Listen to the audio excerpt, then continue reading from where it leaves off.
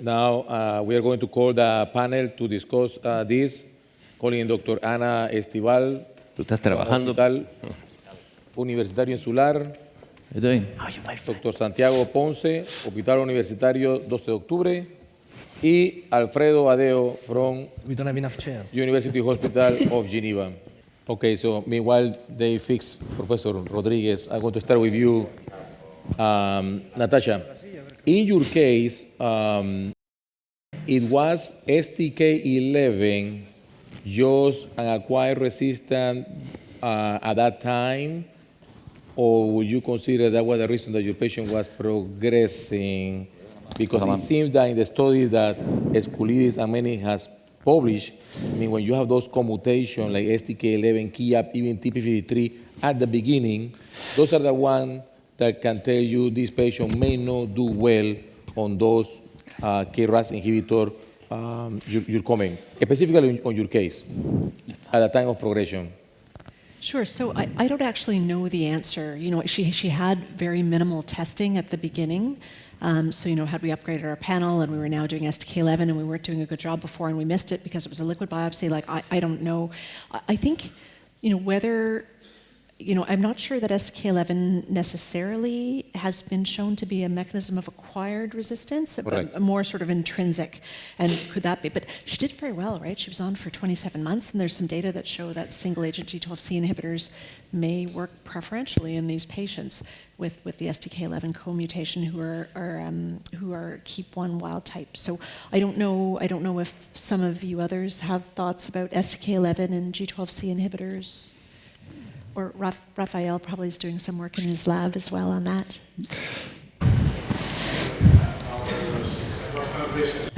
Don't worry, you're fine. But we were just talking about, you know, STK11, and do you consider that a mechanism of acquired resistance in patients that get G12C inhibitors? I was thinking no, but... Or perhaps the presence of STK11, KIAD1, TP53 curtail the longevity of the response to KRAS inhibitors.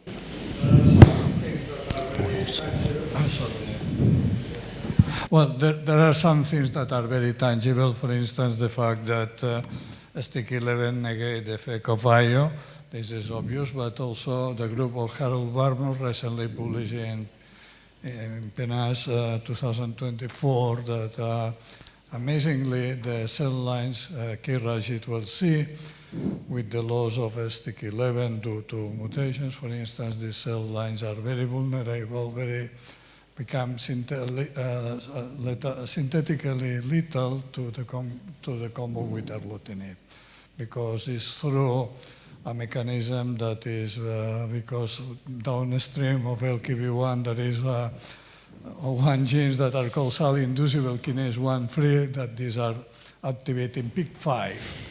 And PIK5 is involved in the degradation in the receptors of EGFR and MET, and therefore they demonstrated that cell lines that are more virulent, because at the preclinical research in KRAS cell lines that have commutations of STK11, these cell lines are all upfront resistance in terms of IC50s to KRAS inhibitors. This is one point, but there are many other things.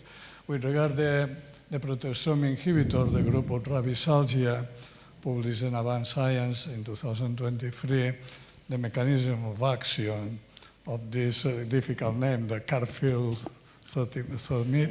or something like this, because it's a proteasome inhibitor that degrades beta-catenin, and beta-catenin is in the Wnt signal in that way that in a feedback mechanism is always omnipresent in KRAS mutations. Therefore, all the things that has been explained or are very well picked up, and amazingly, the CYP2, your example, Natasha, the patient, the combination, the lady that responded to CYP2 also is very important, because this is just blocking many mechanisms of resistance. Thank you for asking. Professor, one more question. For example, I mentioned before, we have the publication, you're the first author, no? So we used Velcade, and Velcade didn't work. So carfilzomib is a second-generation proteasome inhibitor. So what makes the new proteasome inhibitors better than the old ones? Well, it's the same like for KRAS inhibitors. There are many things because, for instance, sotorasib is a very poor drug because this drug by itself, as a cysteine inhibitor, is not a selective KRAS G12C cysteine inhibitor. It's inhibiting cysteines of more than 300 proteins, including KIAP1. If you are giving sotorasib, you are modifying the cysteines in KIAP1. If you are modifying KIAP1, you have a mechanism of upregulating NRF2. NRF2 is a very powerful antioxidant, and this at the same time propels macropinocytosis. Sorry for my pronunciation. Macropinocytosis is a mechanism of resistance to KRAS in pancreatic cancer and so on. Therefore, there are many convoluted things that we can more or less understand. But sotorasib, I believe, is not longer useful for this mechanism. When you, Luis, were mentioning one drug that HSR, I don't remember another akin drug, this is more selective. This drug is only modifying 4 cysteines in 4 proteins. Therefore, all the drugs have different properties. This is not answering directly your questions about proteasome inhibitors, but yes. Well, if we put together the 2 lectures, Luis, Natasha, and any of the panel, if we have to conceptualize what we have learned today, it seems that the way to go, Luis and Natasha, should be pan-RAS on, okay, inhibitors, better than the off, because all the problem that the off will produce down the line, losing the feedback and the loop, and then more activation of the RTK. So it seems that pan-RAS on inhibitor should be the way to go. Based on this RMC6236, look toxicity, good toxicity profile, has activity there. Any chance that we can move forward in terms of combination? How you foresee the field? I think the pan-KRAS inhibitors make more sense because... Luis, pan-KRAS or pan-RAS? Pan-KRAS and the pan-RAS inhibitors. Okay. Because if we are going to develop one by one the inhibitors for every single G12R, G12V, Q61, it's going to be forever, one thing. The second thing is some of them switch constantly to on. For example, G12R, I think if I remember, is much of the time on. So develop an inhibitor for the off doesn't make sense. And the tolerance so far, the 62, 63, the one that I show, seems to be okay. So despite the fact that they're afraid of the pan-KRAS, and there are combinations. There are studies combining 2 of them, or studies, I think, in G12C, she showed combinations of immunotherapy with this pan-KRAS inhibitor. But can I just ask you a question? Because so again, the idea to have a RAS inhibitor wouldn't also increase toxicity, out of curiosity. Don't you think even a drug that is pan-RAS would it not be more toxic, than just be more selective? And the second question is, maybe, is it not perhaps the way forward to say we need to be selective, but those drugs will have to be combined with chemotherapy or immunotherapy if it's a KRAS G12C? So is it really possible, maybe it is, to select just RAS, or it is easier to be specifically selected and add a combo with other chemo if it's non-KRAS G12C and immunotherapy if it's KRAS G12C? Philosophical question, you know. You have an answer for that? Not really. I mean, I guess it depends on the response rates. I mean, I think the study that PASI presented, some of the early response rates were 50%, although small sample size, right? So once we start getting to like 60, 70%, well, for EGFR, we have added chemo, so maybe 60% is not enough for us. But once you start getting to higher response rates and longer durations of response, I suspect for a while it will be enough. But I don't know. What do you guys think? Do you want to add chemotherapy? Actually, to address the first question, no, the first issue, we have data from the clinics, no, and from translational studies, from the academic point of view, that even patients that we are treating with particular KRAS G12C or D inhibitors, even being in response, we can detect in liquid biopsies and in tissue biopsies emerging KRAS mutations. And this is a real problem. And this is why even we are having better drugs for a specific mutation is not giving us the expectation that we are waiting for, because KRAS is more complex, not than driving disease. No? So this is why maybe RAS inhibitor, KRAS inhibitors, PAN, is making sense. I think that we have right now some small data from these KRAS inhibitors. We have a bunch of them.